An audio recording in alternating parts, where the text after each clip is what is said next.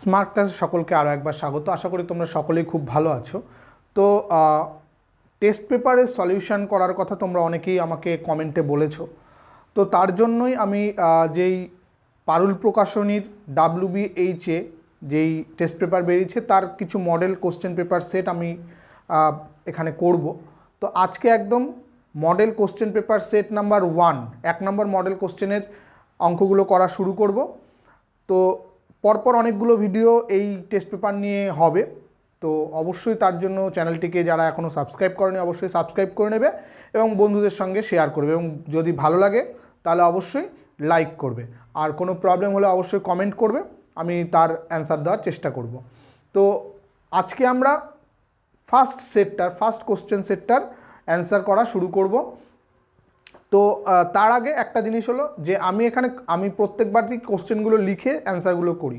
তো যেহেতু অনেকগুলো কোশ্চেন অ্যান্সার করতে হবে, আমাদের সময় অনেক কম থাকবে, তার জন্য আমি কোশ্চেনগুলো লিখবো না। আমি এই কোশ্চেন পেপারের পিডিএফটা আমি ডেসক্রিপশানে দিয়ে দেবো, সেখান থেকে তোমরা আগে কোশ্চেন সেটের পিডিএফটা ডাউনলোড করে নিয়ে তারপরে তোমরা দেখে দেখে করতে পারবে। ঠিক আছে? তো চলো আর সময় নষ্ট না করে আজকে ক্লাস শুরু করি।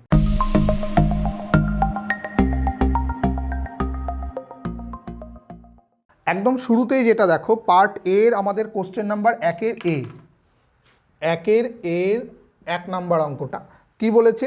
এ একটা সেট দেওয়া আছে যেটা হলো 1 2 3, এ 1 2 3 একটা সেট দেওয়া আছে এবং এ সেটের উপর একটা রিলেশন দেওয়া আছে। সেই রিলেশনের পয়েন্টগুলো দেওয়া আছে। আর একটা রিলেশন, আর এর এলিমেন্টগুলো কী কী দেওয়া আছে? 1 1 2 2 3 3 1 2 2 1, আর কি দেওয়া আছে? 2 3 3 2। এই এলিমেন্টগুলো হলো আর এর এলিমেন্ট। এবার আমাদের বলছে যে আর কি সমতুল্যতা সম্পর্ক কিনা সেটা আমাদের দেখাতে হবে। আর সমতুল্য হতে গেলে আমাদের কি কি হতে হয়? সসম, প্রতিসম এবং সংক্রমণ হতে হয়। একটা জিনিস দেখো, সসম হওয়ার অর্থ কি? এর যে এলিমেন্টগুলো আছে তার মানে 1 1 2 2 3 3 সব কটা থাকতে হবে। দেখো এখানে সব কটাই রয়েছে, তাহলে লিখব যেহেতু 1 1 2 2 3 3 belongs to R, অর্থাৎ A belongs to capital A, অর্থাৎ A সেট থেকে আসার জন্য A, A belongs to R হচ্ছে। For all A belongs to capital A, A, belongs to R হচ্ছে। তার মানে কি? এই R, অতএব R সসম। ঠিক আছে? আর সসম সম্বন্ধ, এটা 1 নম্বর গেল। এবার 2 নম্বর হলো আমাদের প্রতিসম দেখাতে হবে। প্রতিসম থাকার অর্থ কি? যদি A, B থাকে তার মানে B, Aও থাকতে হবে। এখানে দেখো এই তিনটেকে নিয়ে তো আমাদের আলাদা করে দেখার কিছু নেই, 1 1 এর উল্টো 1 1ই হয়, তাহলে দেখাতে হবে আমাদের এইগুলো নিয়ে দেখতে হবে। যেহেতু 1 2 2 1 2 3 এবং 3 2, দেখো প্রত্যেকটাই উল্টো আছে। 1 2 আছে তো 2 1 আছে, 2 3 আছে তো 3 2 আছে, বিলংস টু আর। অতএব AB belongs to A, this এবং A, B বিলংস টু যদি আর হয়, দিস ইমপ্লাইজ করছে B, Aও বিলংস টু আর। এটা হোল্ড করছে, তাই তো? AB বিলংস টু A, এই দুটোর মধ্যে থেকে দুটো এলিমেন্ট আমরা নিয়েছি যেগুলো এই আর এর মধ্যে আছে, তাহলে তার উল্টোটাও রিফ্লেক্সটাও আমাদের আরেই আছে। তার মানে কি? অতএব আর প্রতিসম। আচ্ছা, এবার আমাদের 3 নম্বর দেখাতে হবে সংক্রমণ। দেখানোর অর্থ কি? ABC তিনটে এলিমেন্ট নিতে হবে, যেখানে AB বিলংস টু আর এবং BC যদি বিলংস টু আর হয়, দিস ইমপ্লাইজ হতে হবে AC বিলংস টু আর। সবসময় একটা জিনিস মনে রাখবে, এটা হলো আমাদের সংক্রমণ দেখানোর শর্ত। একটা জিনিস মনে রাখবে, যখন কিছু দেখাতে হয় সেটা আমাদের ইন জেনারেল টার্মে দেখাতে হয়, কিন্তু যখন আমাদের সংক্রমণ নয় প্রমাণ করব তখন যদি একটা এক্সাম্পল দেখি যে এটা হোল্ড করছে না, তাহলেই সেটা সংক্রমণ নয় হয়ে যাবে। দেখো আমরা দুটো এলিমেন্ট নিচ্ছি, ধরো 1 2 আর 2 3। 1 2 বিলংস টু আর, 2 1 এবং 2 3 বিলংস টু আর। কিন্তু আমাদের যদি সংক্রমণ হতো তাহলে 1 3ও আরে থাকতো, কিন্তু দেখো 1 3 আরে নেই, কিন্তু 1,3 ডাজ নট বিলংস টু আর, অতএব আর সংক্রমণ নয়, সংক্রমণ সম্বন্ধ নয়। তাহলে এই দুটো হোল্ড করলো, সসম প্রতিসম হলো, কিন্তু সংক্রমণ হলো না, অতএব সম্পর্কটি সমতুল্য সম্বন্ধ নয়, অতএব আর সমতুল্য সম্পর্ক নয়, সম্পর্ক নয়। ঠিক আছে, প্রথম অঙ্কটা হয়ে গেল। নেক্সট অঙ্কে চলে আসি। নেক্সট প্রবলেম বলেছে দেখাও যে 4 cot inverse 3 plus cosec inverse √5 equal to pi, এটা আমাদের দেখাতে হবে। তো কিভাবে দেখাবো? সিম্পল, দেখো কটটাকে আমরা টেনে নিয়ে যাব, কোসেকটাকেও টেনে নিয়ে আসবো, তাহলে আমাদের টেনের সূত্র ফেলতে আমাদের সুবিধা হবে। সবসময় মনে রাখবে যে ইনভার্সের অঙ্ক না, আমাদের টেনের সূত্রটাই সবচেয়ে সহজ, আর যতগুলো সূত্র আছে একটু টাফ রয়েছে। তো আমরা সেটাকে যদি কনভার্ট করি, এটাকে লেফট হ্যান্ড সাইড ধরে, লেফট হ্যান্ড সাইড 4, এই কটটাকে ট্যান করলে কি হবে? ট্যান ইনভার্স 1/3 হবে। কিন্তু কোসেকটাকে আমরা সরাসরি কি করে করব? দেখো আমরা তার জন্য এটাকে কনভার্ট করি, cosec inverse √5 equal two theta ধরে নিই, তাহলে কোসেক থিটা ইকুয়াল টু √5। তাহলে সাইন থিটা কি? 1/√5। সাইন মানে কি? লম্ব বাই অতিভুজ, তাহলে অতিভুজ হচ্ছে √5, লম্ব হচ্ছে 1, তাহলে ভূমি কত হবে? √5² 5 - 1 অর্থাৎ হচ্ছে 2, তাই তো? তাহলে এখান থেকে আমরা ট্যান থিটা কি পেতে পারি?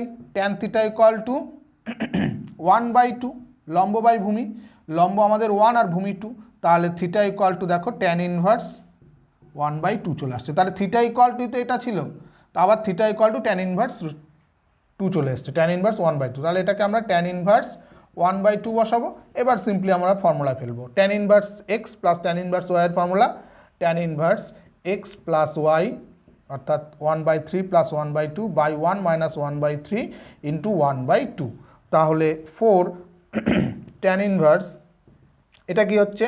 এটা উপরে দেখো যোগ করলে হচ্ছে 6 আর উপর হচ্ছে 5, এখানেও তাই হবে, নিচে 6 আর একটা 6 - 1 5, তাহলে উপরে নিচে সমান 1 হয়ে গেল। তাহলে 4 ট্যান ইনভার্স 1, ট্যান ইনভার্স 1 এর ভ্যালু কত? π/4, তাহলে কেটে গেলে আমাদের থাকছে pi equal to right hand side. ঠিক আছে, প্রমাণ হয়ে গেল আমাদের সেকেন্ড অঙ্কটাও। নেক্সট অঙ্ক আমাদের বি দাগের একের অঙ্কটা, এখানেও যে কোনো একটি অঙ্ক করতে বলেছে। আগের যে দুটো অঙ্ক করলাম তার মধ্যে কিন্তু একটা অঙ্ক করতে হবে, হ্যাঁ?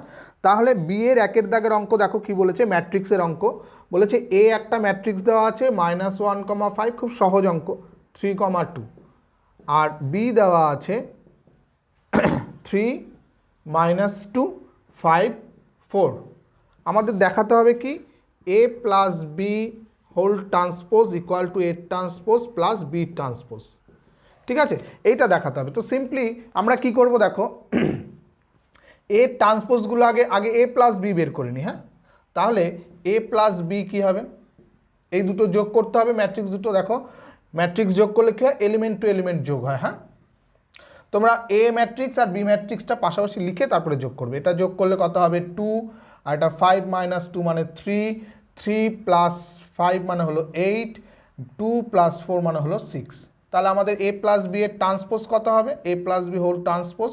এটা ট্রান্সপোজ করলে ম্যাট্রিক্সটার কি হয়? রোগুলো কলাম, কলামগুলো রো হয়ে যায়। তাহলে 2 3 কলাম অনুযায়ী 8 6, এটা হবে আমাদের হলো এ প্লাস বি এর হোল ট্রান্সপোজ। তাহলে আরেকটা কি বের করতে হবে আমাদের? এ ট্রান্সপোজ আর বি ট্রান্সপোজ। এ ট্রান্সপোজ কত? এটা ট্রান্সপোজ করতে হবে, অর্থাৎ যেটা রো ছিল -1 5 সেটা কলাম অনুযায়ী আমরা লিখব -1 5, আর এটা 3 2 ছিল, এখানেও 3 2, এটা এ ট্রান্সপোজ। আর হলো বি ট্রান্সপোজ। বি ট্রান্সপোজ কত হবে দেখো তাহলে, 3 - 2, তাহলে 3 এটা -2, 5 4 5 4। ঠিক আছে, তাহলে a transpose plus b transpose করব, ইকুয়াল টু কী হবে? এগুলো যোগ করে দিই। দেখো এই দুটো যোগ করলে 2 8, এখানে 3 6, দেখো 2 8 3 6, 2 8 3 6, অতএব আমাদের এটা প্রুভড হয়ে গেল। অতএব A প্লাস বি এর transpose equal two A transpose plus B transpose. Proved. ঠিক আছে, হয়ে গেল। নেক্সট অঙ্কে চলে আসবো। এরপর দেখো 2 দাগের অঙ্কটা বলেছে বিস্তৃত না করে আমাদের মান বের করতে হবে। একটা ডিটারমিনেন্ট দেওয়া আছে, ডিটারমিনেন্টটা হলো A plus b, 2A plus b, এটা হলো 3A প্লাস বি। নিচেরটা হলো 2A plus b, 3A plus b, 4A plus b, 4A plus b, 5A plus b, এটা হলো 6A প্লাস বি। এটার আমাদের বিস্তৃত না করে মান নির্ণয় করতে হবে। খুব সহজ অঙ্ক। দেখো আমরা সিম্পলি করে দেবো কি, এখানে কলাম অপারেশন করব। কলাম অপারেশনটায় কি করব, এইটার সাহায্য নিয়ে আমরা এই বিগুলোকে তাড়ানোর চেষ্টা করি। দেখো বি মাইনাস করলে বি চলে যাবে, অর্থাৎ C2 dash equal to C2 minus C1 আর C3 dash equal to C3 minus C1। তাহলে এখানটায় ফার্স্ট কলাম তো একই আছে, 2A B 4A plus b. এটা থেকে মাইনাস করে দিলে A, B তো কেটে যাবে। এখানেও দেখো 3 থেকে 2 মার্ক দিলে A, এখানেও A থাকবে, বিগুলো কেটে যাবে। আর এখানে দেখো 2A 2A 2A থাকবে। তাহলে এখান থেকে একটা 2 কমন নিয়ে নিই, A plus b, 2A plus b, 4A plus b, A A A, এটাও A A A হচ্ছে। তাহলে দুটো কলাম আইডেন্টিক্যাল হচ্ছে, তাহলে ইকুয়াল টু 0। ঠিক আছে, সিম্পল। নেক্সট আমরা আসবো দেখো সি দাগের অঙ্কে। সি দাগে এখানে যে কোনো 3টি প্রশ্নের উত্তর দিতে বলেছে, আছে মোট 6টা অঙ্ক, 3টে অ্যান্সার করতে হবে। দেখো ফার্স্ট অঙ্কটা কি বলেছে, y equal to tan inverse দেওয়া আছে A plus bx by b minus ax। আমাদের dy dx বের করতে হবে। ঠিক আছে, dy dx এর মান আমাদের বের করতে হবে। তাহলে এখানে আমরা x এর রেসপেক্টে সমাকলন করে অন্তর্কলজ করে পাই, x এর সাপেক্ষে অন্তর্কলজ করে পাই,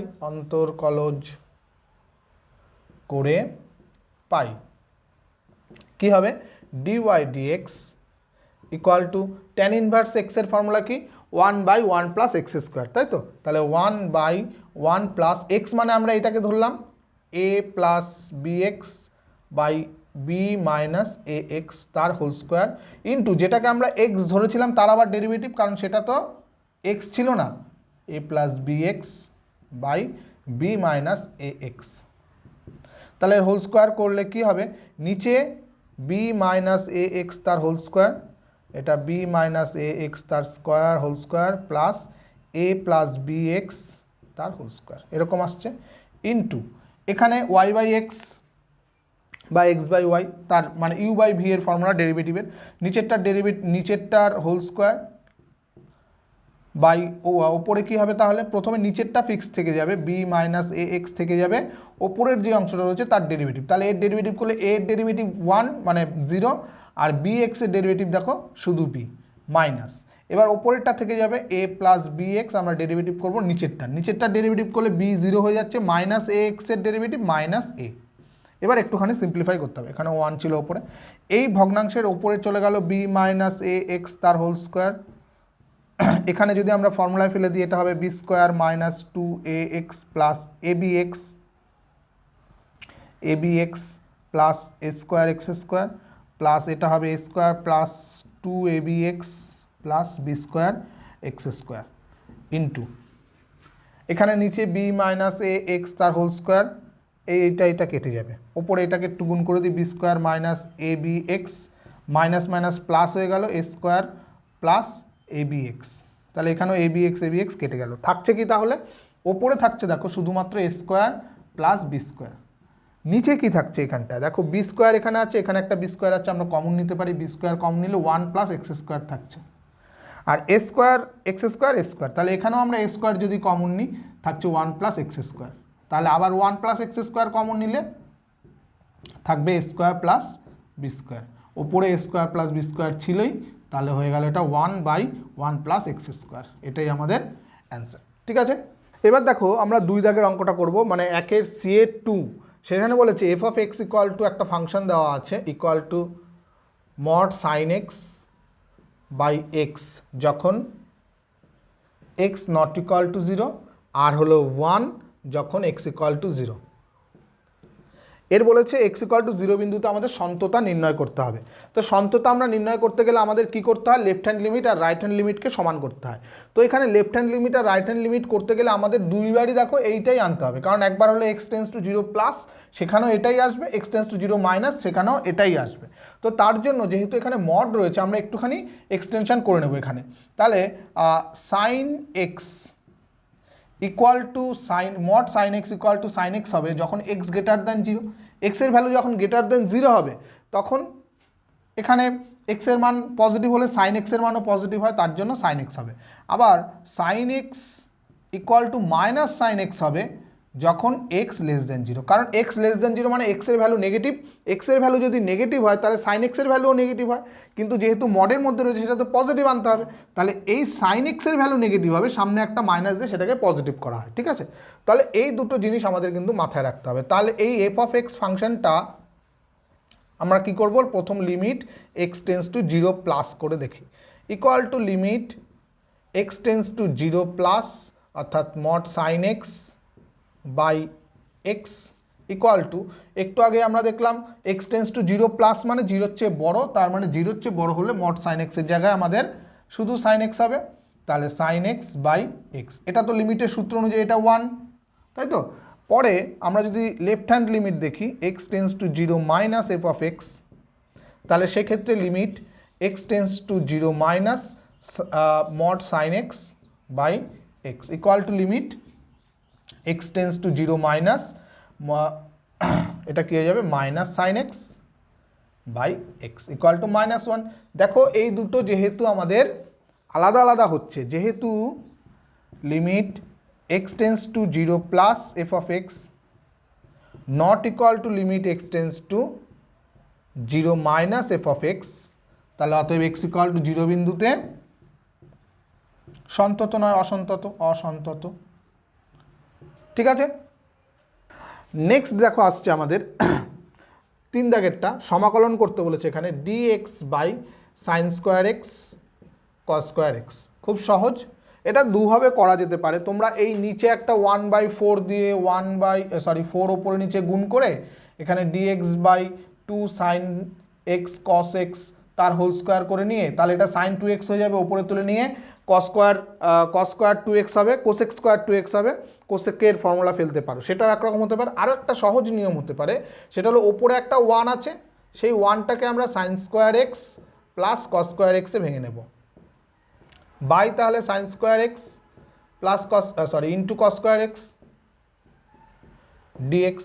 তাহলে এই সাইন স্কোয়ার এক্সের নিচে যখন এইটাকে ভাগ করব তখন কি হবে, 1/cos স্কোয়ার এক্স থাকবে শুধু ডিএক্স, প্লাস এটা কস স্কোয়ার নিচে যখন থাকবে তখন এটা কেটে যাবে 1/sin square x, sine square x dx. তাহলে এটা হয়ে যাবে sec square x dx plus cosec square x dx. তাহলে সেক স্কোয়ার এক্স ডিএক্স মানে হলো tan x আর কোসেক স্কোয়ার হলো minus cot x plus C.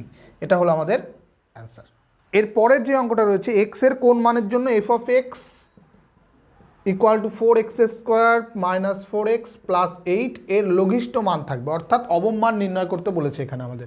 তাহলে অবম মান নির্ণয় করতে গেলে আমাদের ফার্স্ট কী করতে হবে, এফ ড্যাশ এক্স বের করতে হবে। তাহলে এফ ড্যাশ এক্স কত হবে, 8x মাইনাস 4। ঠিক আছে, তাহলে চরম বা অবম মানের জন্য F dash x equal to 0 হতে হয়। দিস ইমপ্লাইজ তাহলে 8x minus 4 equal to 0, this implies x equal to 1/2, অর্থাৎ x ইকুয়াল টু 1/2তে চরম অথবা অবম মান রয়েছে। এবার চরম আছে না অবম আছে তার জন্য আমাদের f ডবল ড্যাশ x বের করতে হবে, ইকুয়াল টু 8। তো 8 তো অলওয়েজ গ্রেটার দেন 0, অতএব x ইকুয়াল টু হাফ বিন্দুতে অবম মান আছে। ঠিক আছে, এবার দেখো যদি এইখানটা আরেকটা এক্স থেকে যেত তখন কি করতে হতো আমাদের, F double dash half equal to বের করতে হতো আমাদের, মানে এখানটা F double dash half equal to 8 which is greater than 0, তাহলে অবম মান আছে। এবং অনেক সময় আমাদের অবম মানটা বের করতে যায় তখন আমাদের এই এক্স ইকুয়াল টু হাফ ভ্যালুটা এখানটায় অবম মানটা কত হবে, F of half equal to 4 1/2 square minus 4 × 1/2 plus 8। তাহলে এখানটা হচ্ছে কত, 4 × 1/4 মাইনাস 4/2 মানে 2 প্লাস 8, এখানে কেটে গিয়ে 1 মাইনাস 2 প্লাস 8 হচ্ছে 9 মাইনাস 2 হলো 7, 7 হলো আমাদের অবম মান। ঠিক আছে, আমাদের নেক্সট অঙ্কটা কি আছে দেখি। নেক্সট অঙ্কটা একদমই সহজ, এটা আমার আলাদা করে তুলতে হবে না। 5 দাগের অঙ্কটা বলেছে, দেখো বলেছে d2y dx স্কোয়ার তার whole square equal to x dy dx তার হোল কিউব। বলেছে এই সমীকরণের ক্রম ও ঘাত নির্ণয় করো। ক্রম মানে কি? ক্রম ও মাত্রা। আমরা প্রথমে পড়েছিলাম ক্রম ও মাত্রা জিনিসটা কি, যেটা কোনো অবকল সমীকরণের হায়েস্ট অর্ডার ডেরিভেটিভটা থাকে সেটা হলো ওই সমীকরণের ক্রম। তাহলে এখানে হায়েস্ট অর্ডার কি সেকেন্ড অর্ডার আছে, তাহলে ক্রম হয়ে গেল আমাদের 2। এবার কি হায়েস্ট যে অর্ডারটা রয়েছে তার যত পাওয়ার আছে সেটাই হলো মাত্রা। তাহলে হায়েস্ট অর্ডার এটা, তার পাওয়ার আছে 2, তাহলে মাত্রা বা ঘাত সমান সমান 2। ঠিক আছে, এটাই আমাদের অ্যান্সার। ঠিক আছে, এরপর 6 দাগের অঙ্কটা। 6 দাগের অঙ্কটা কি বলেছে, মান নির্ণয় করতে বলে একটা integration 0 to π/2 cos x by 1 plus sine square x dx. তাহলে এর ইন্টিগ্রেশন করতে গেলে সিম্পলি বুঝতেই পারছো, সাইনের ডেরিভেটিভ কস হয়, তাহলে এই সাইন এক্সটাকে জেড ধরে নিই। Sine x equal to Z ধরে নিলে তাহলে ডেরিভেটিভ করলে cos X DX equal to DZ. আমরা লিমিটটাকে চেঞ্জ করে দেবো এক্স আর জেডে। এক্সের ভ্যালু 0 আর π/2, সাইন 0 এর ভ্যালু 0, সাইন π/2 এর ভ্যালু 1। তাহলে এখানে লিমিট চেঞ্জ হয়ে 0 to 1 হয়ে গেল। ওপরে দেখো কস এক্স ডিএক্সকে নিয়ে আমরা হয়ে যাবে ডিজেড, আর নিচে চলে আসবে 1 প্লাস জেড স্কোয়ার। তাহলে এটা কার সূত্র? এটা ট্যান ইনভার্স এক্সের সূত্র। তাহলে ট্যান ইনভার্স জেড লিমিটটা কত হবে 0 to 1। তাহলে tan inverse 1 minus tan inverse 0। Tan inverse 1 এর মান π/4 আর ট্যান ইনভার্স 0 মানে 0। তাহলে এটাই হয়ে গেল আমাদের অ্যান্সার। ঠিক আছে, দেখো সি দাগের 6টা অঙ্কই হয়ে গেল, এর মধ্যে 3টে তোমাদের করতে হবে, আর ডি আর ই দাগটা আমরা করবো এবার। নেক্সট আমরা ডি দাগের অঙ্ক চলে আসবে। এখানে ভেক্টর আর ভেক্টর জায়গাটা রয়েছে, ভেক্টর অ্যালজেব্রাটা রয়েছে। দেখো কি বলেছে, এবিসি বিন্দু তিনটির অবস্থান ভেক্টর বলে দিয়েছে, 3টে ভেক্টর বলে দিয়েছে, সেটা হলো এবিসি অবস্থান ভেক্টর। সেখানে এবিসি এর সমদ্বিবাহু ত্রিভুজ প্রমাণ করতে দিয়েছে। তাহলে এ বিন্দুর অবস্থান ভেক্টর যেটা, সেটাকে আমরা ও এ হিসাবে দেখতে পারি। ও যদি অরিজিন হয় তাহলে ও এ সমান সমান 2i plus 3j plus 3k। এটা হলো ও এ, মানে এ বিন্দুর অবস্থান ভেক্টর। তাহলে বি বিন্দুর অবস্থান ভেক্টর যেটা, সেটাকে আমরা ওবি লিখব। তাহলে ওবি মানে হলো -2i plus 2j plus 3k। আর সি বিন্দুর অবস্থান ভেক্টর ওসি হলো কত, -i minus 2j plus 3k। ঠিক আছে, তাহলে এইগুলো রয়েছে। এবার এখান থেকে আমরা কি করব, একটা ত্রিভুজটাকে আমাদের সমদ্বিবাহু দেখাতে হবে। সমদ্বিবাহু অর্থাৎ আমাদের 3টে বাহুর দৈর্ঘ্য বের করতে হবে। তাহলে এবি এর দৈর্ঘ্য বের করব। এবি ভেক্টরটা কী হবে, ওবি মাইনাস ও এ।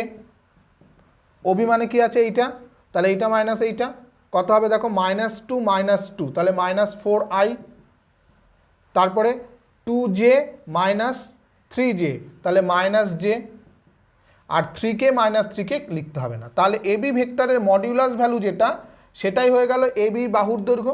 তাহলে এবি বাহুর দৈর্ঘ্য √4² প্লাস -1² ইকুয়াল টু হচ্ছে √17। অতএব এবি বাহুর দৈর্ঘ্য হয়ে গেল √17 একক বা ইউনিট।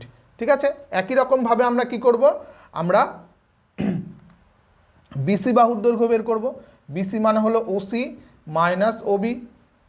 তাহলে ওসি এইটা আছে মাইনাস ওবি, তাহলে -i মাইনাস মাইনাস প্লাস হয়ে যাবে, শুধু আই থাকবে। তারপরে জে হলো -2 তাহলে -4j, আর 3k -3k কেটে যাবে। তাহলে আমাদের বিসি এর মডিউলাস ভ্যালু কত হবে, √1² প্লাস -4² ইকুয়াল টু √17। অর্থাৎ বিসি বাহুর দৈর্ঘ্য কত বেরিয়ে গেল, √17 একক। এরপর আমরা চলে আসবো, দেখো এবি বিসি বেরিয়ে গেছে, দুটোই 17 একক, √17 একক করে এসছে। তার মানে এসি বাহুর দৈর্ঘ্যটা আমাদের আলাদা আসবে। তাহলে এসি বাহু হলো ওসি মাইনাস ওএ। ওসি মানে কত, এইটা থেকে এইটা মাইনাস করলে -3i, আর এইটা থেকে এইটা মাইনাস করলে -5j, আর এইটা কেটে যাবে। তাহলে এসি এর মডিউলাস ভ্যালু কত হবে, √-3² প্লাস √5² তাহলে 3 মানে হলো 9 প্লাস 25 ইকুয়াল টু √34 একক। অতএব এসি বাহুর দৈর্ঘ্য বেরিয়ে গেল √34 একক। তাহলে এখান থেকে স্পষ্ট বোঝা যাচ্ছে অতএব এবিসি একটি সমদ্বিবাহু ত্রিভুজ, সমদ্বিবাহু ত্রিভুজ যার কোন কোন বাহু দুটো সমান, এবি এবং এসি বিসি বাহু সমান, এবি সমান সমান বিসি সমান সমান √17 একক এবং এসি বাহুর দৈর্ঘ্য হলো √34 একক। ঠিক আছে, পরবর্তী অঙ্কটা দেখো, আমাদের তিনটে বিন্দু বলে দিয়েছে। এ বিন্দু বলে দিয়েছে হলো 0 -1 0, বি বিন্দু বলে দিয়েছে 1 1 1, সি বিন্দু বলে দিয়েছে 3 3 0। এই এবিসি বিন্দু তিনটি দিয়ে যায় এমন একটা প্লেনের সমীকরণ আমাদের বের করতে হবে। তাহলে তিন বিন্দুগামী প্লেনের সমীকরণ মনে আছে? সেটা হলো x - x1, x2 - x1, x3 - x1, আবার y - y1, y2 - y1, y3 - y1, z - z1, z2 - z1, z3 - z1 equal to 0। এটা হলো আমাদের প্লেনের সমীকরণ যেটা তিন বিন্দু দিয়ে যায়। তাহলে এখানে আমরা অতএব নির্ণেয় প্লেন, নির্ণেয় সমতলের সমীকরণ কত হবে? সমীকরণ হবে কত আমাদের? Determinant of x - x1 0, y - y1 তাহলে +1, z - z1 0। তাহলে x y z এর জায়গায় শুধু এই দুটো বিন্দু বসাবো আমরা। তাহলে 1 - 0 1, 1 + 1 2, এটা 1 - 0 1, তারপর এটা 3 - 0 3, 3 + 1 4, এটা 0 - 0 1, তাহলে এটা ইকুয়াল টু 0। তো এখান থেকে আমরা সলভ করলেই হয়ে যাবে। তাহলে x ইন্টু এটা 0 - 4 মাইনাস y + 1 ইন্টু এটার সঙ্গে করলে 1 0 3 1 -3 প্লাস z ইন্টু কত হবে? 4 1 4 -6, 4 - 6 তাহলে -2 ইকুয়াল টু 0। তাহলে এখান থেকে আসছে -4x minus plus 3y plus 3 -2z equal to 0। মাইনাসগুলো কমন নিয়ে আমরা একটুখানি লিখতে পারি 4x - 3y plus 2z -3 equal to 0। এই হয়ে গেল আমাদের সমতলের সমীকরণ। এরপর দেখো একের এর অঙ্কগুলো, একের অর্থাৎ প্রবাবিলিটি জায়গাটা চলে আসলো। একদম প্রথম অঙ্কটা একের অঙ্কটা খুব ভালো একটা অঙ্ক দিয়েছে। একটি ছক্কা চালা হলো, বি এর গুণিতক পড়াকে এ এর ঘটনা ও জোর সংখ্যা পড়াকে বি এর ঘটনা ধরলে এ ও বি ঘটনাদ্বয় অনপেক্ষ কিনা বিচার করো। অর্থাৎ এ ঘটনাটা কীরকম? এ ঘটনাটা হলো বি এর গুণিতক পড়াটাকে এ ঘটনা বলছে। তাহলে আগে বি এর ঘটনাটা কি? বি ঘটনাটা হলো বলছে যুগ্ম সংখ্যা পড়াটা হলো বি ঘটনা। ঠিক আছে, জোর সংখ্যা পড়াকে বি ঘটনা। তাহলে বি একটা ছক্কা চালা হলে বি ঘটনার অন্তর্গত বিন্দুগুলো কি কি হবে? 2 4 6 হবে। এবার বলেছে দেখো এ ঘটনা হলো বি এর গুণিতক পড়াকে এ ঘটনা। তাহলে বি এর গুণিতক পড়া অর্থাৎ এ ঘটনার অন্তর্গত বিন্দু কি হবে? 2 এর গুণিতক 4, 4 এর গুণিতক 8 নেই। আরেকটা দেখো 2 এর গুণিতক 4 হতে পারে, 2 এর গুণিতক কিন্তু 6ও হতে পারে। ঠিক আছে, আবার 4 এর গুণিতক আর কিছু, আমরা 4 এর গুণিতক 4, 6 এর গুণিতক 6, তাহলে 2 এর গুণিতককে আমরা 2ও ধরতে পারি, তাই তো? 2 এর গুণিতক 2 4 6, আবার 4 এর গুণিতক আমরা 4 6 হবে না, 6 এর গুণিতক শুধু 6। তাহলে দেখো এ আর বি দুটো ঘটনা কি হয়ে যাচ্ছে? সেম টু সেম হয়ে যাচ্ছে। এখানে সেটাই প্রশ্ন করেছে যে এ ও বি ঘটনাদ্বয় অনপেক্ষ কিনা, অর্থাৎ আলাদা ঘটনা কিনা। দেখো আমাদের এ ও বি সম্পূর্ণ একই ঘটনা হয়ে যাচ্ছে। তাহলে আমরা লিখব এ ও বি অনপেক্ষ নয়। তার মানে কি এ ঘটনা আর বি ঘটনা সেম টু সেম। দেখো 2 এর গুণিতক কি? 2 4 6, 4 এর গুণিতক 4, 4 এর গুণিতক 8, 8 তো আমরা নিতে পারবো না, 6 এর গুণিতক 6, 12 নিতে পারবো না। তাহলে 2 4 6 এখানেও আসছে, এখানেও 2 4 6 আসছে, অর্থাৎ এ ও বি পরস্পর সেম টু সেম ঘটনা হচ্ছে। ঠিক আছে, তাহলে পরের অঙ্কটায় আমরা চলে আসি। 2 দাগের অঙ্কটা বলেছে প্রদত্ত probability of A equal to 0.5, probability of A হলো 0.5, প্রবাবিলিটি বি হলো 0.3 বলছে এ ও বি যদি পরস্পর বিচ্ছিন্ন ঘটনা হয়, বিচ্ছিন্ন ঘটনা মানে probability of A intersection B equal to 0 বা এ ইন্টারসেকশন বি হলো 5।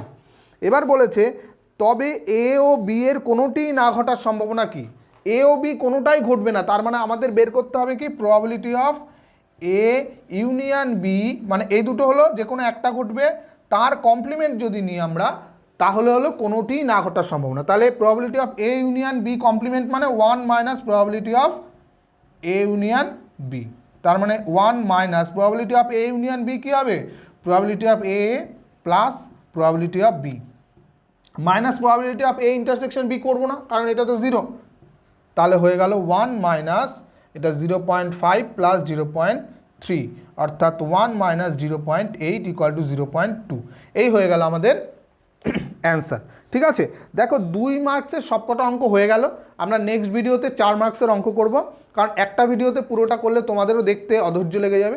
আমি পরপর ভিডিওগুলো কোনো লেট করব না, পরপর ভিডিওগুলো আপলোড করার চেষ্টা করব। নেক্সট ভিডিওতে থাকবে আমাদের 4 মার্কসের অঙ্কগুলো এবং তার একটা পরের ভিডিওতে থাকবে 5 মার্কস এবং মাল্টিপল চয়েসের অঙ্কগুলো। ঠিক আছে, তো ভালো লাগলে অবশ্যই লাইক শেয়ার করতে ভুলবে না, বন্ধুদের সঙ্গে শেয়ার করবে, সাবস্ক্রাইব না করলে চ্যানেলটিকে সাবস্ক্রাইব করে নেবে। থ্যাংক ইউ, খুব ভালো থাকবে, বেশি বেশি করে অঙ্ক করবে।